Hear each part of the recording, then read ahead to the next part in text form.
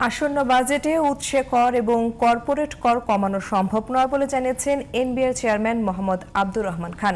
বুধবার এনবিআর সম্মেলন কক্ষে Dhaka chamber of commerce and industry এবং বাংলাদেশ চেম্বার অব ইন্ডাস্ট্রির সাথে প্রাক বাজেট আলোচনায় কথা জানান তিনি। উৎসে করের হয়রানি কমাতে রিফান্ড ব্যবস্থাপনা শক্তিশালী করার পাশাপাশি আগামী অর্থবছর থেকে কর্পোরেট ট্যাক্স রিটার্ন জমা শতভাগ অনলাইন করা হবে বলে জানান এনবিআর চেয়ারম্যান। আলোচনায় ডিসিসিআই এর পক্ষ থেকে করমুক্ত আয়সীমা ৫ লাখ টাকা করা সহ বিভিন্ন দাবি তুলে ধরা হয়। সাজ্জাদ হোসেনের রিপোর্ট। জাতীয় রাজস্ব বোর্ড এনবিআর এর সাথে ধারাবাহিক প্রাক বাজেট আলোচনায় বুধবার অংশ নেন Dhaka chamber of commerce and industry, DCCI, Bangladesh chamber of industry, BCI সহ ঢাকা, ময়মনসিংহ ও সিলেট চেম্বার অব কমার্সের ব্যবসায়ী প্রতিনিধিরা। রাজস্ব কাঠামোর পূর্ণাঙ্গ অটোমেশন, কর্পোরেট কর ও আগাম কর কমানো, কাস্টমস রিফান্ড ব্যবস্থাকে শক্তিশালী করার দাবি জানান তারা। একই সাথে বর্তমান জ্বালানি সংকটের কারণে উদ্ভূত শঙ্কার কথাও তুলে ধরেন ব্যবসায়ী প্রতিনিধিরা। নন লিস্টেড কোম্পানি যেগুলো আছে যাদের নিয়মিত কর হার 27%, 27.5%, সেটা পরিবর্তে আমরা 25% নির্ধারণ করার জন্য প্রস্তাব করছি।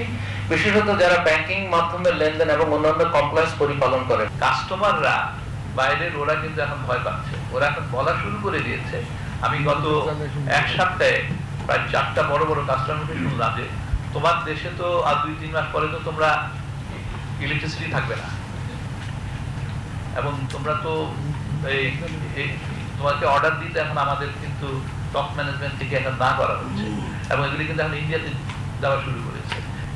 আমি বাস্তবতাটা বললাম এই জন্য, রিয়েলিটিটা যে আগামীতে কিন্তু ওই সেক্টরটা আর একটু চাপে পড়বে, এবং অথচ আমাদেরকে এর জন্য একটু বোধহয় অ্যাড্রেস করা দরকার হবে।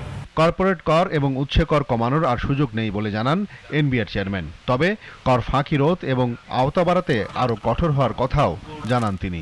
কমপ্লেন্ট ট্যাক্সপেয়ারদের মধ্যে একটা বড় কষ্ট আছে যে আমি সারা জীবন ট্যাক্স দিলাম আর আমি অডিটে করছি, আমি কোনো রকম ভুল ভ্রান্তি হলে আমি হ্যারাসমেন্টের মধ্যে করছি, আর যিনি দিলেন না তিনি সারা জীবন আরামে থাকলেন। এই যে একটা পরিবেশ, আমরা এখান থেকে বেরোতে চাই। আমাদের টার্গেট থাকবে যে আমরা যারা নন কমপ্লায়েন্ট ট্যাক্সপেয়ার, যারা ট্যাক্স ইচ্ছে করে ফাঁকি দেন, তাদের জন্য আরো কঠোর মেজার নিয়ে আসা, যাতে ফাঁকি দিতে না পারে, এবং কমপ্লায়েন্ট ট্যাক্সপেয়ারদের প্রতি যে ইয়েটা হয় সেটা যেন আমরা কমাতে পারি।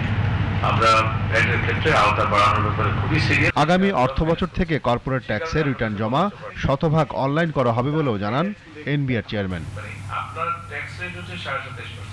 Sajjad Hossain, GTV news, Dhaka.